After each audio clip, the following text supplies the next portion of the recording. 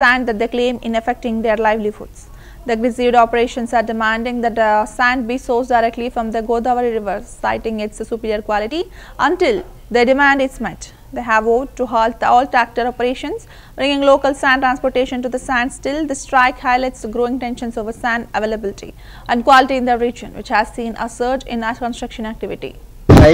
Strike చేస్తున్నాం ఎందుకంటే చెన్నూరు ప్రజలందరూ వాగుష్క నాణ్యత వస్తలేదని ప్రతి ఒక్కరు మావలని నల్లగా వస్తుందని ప్రతి ఒక్కరు అంటున్నారు. అందుకే చెన్నూరు వాగుష్క మాకు ఆన్లైన్ ఎట్లిచ్చిందో గంగుష్క మాకు అట్లా ఇవ్వాలని మేము అందరం యూనియన్ సభ్యులం అందరం ఇక్కడ స్ట్రైక్ చేస్తున్నాం.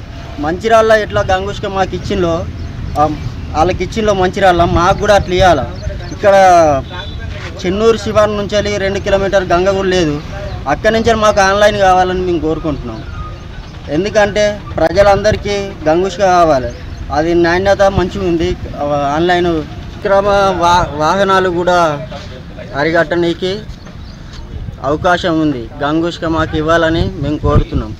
ఎందుకంటే వాగుష్క చాలామంది ప్రజలు సఫర్ అవుతారు, నల్లగా వస్తుందంటారు, ప్లాస్టింగ్ వలిగిపోతుందంటారు. కాబట్టి ఈ వాగుష్క కాకుండా మాకు అదే సఫరా ఈ 2 కిలోమీటర్ల దూరంలో ఉన్న గంగుష్కను మాకు ఇవ్వాలని మేము ఆన్లైన్ సభ్యులం అందరం కలెక్టర్కు మా మంత్రికి మేము తెలియజేయాలని మేము ఇప్పుడు సమీప చేస్తున్నాం. చెన్నూరి ట్రాక్టరు ఓనర్ల ఆన్లైన్ బండ్లన్నీ అక్కడ వాగుష్క అది నాణ్యత లేదు, నల్లగా ఉంది కనుక ఎవరు కూడా కస్టమర్లు బుక్ చేసుకోవడం లేదు, ఓటీపీ ఇవ్వడం లేదు.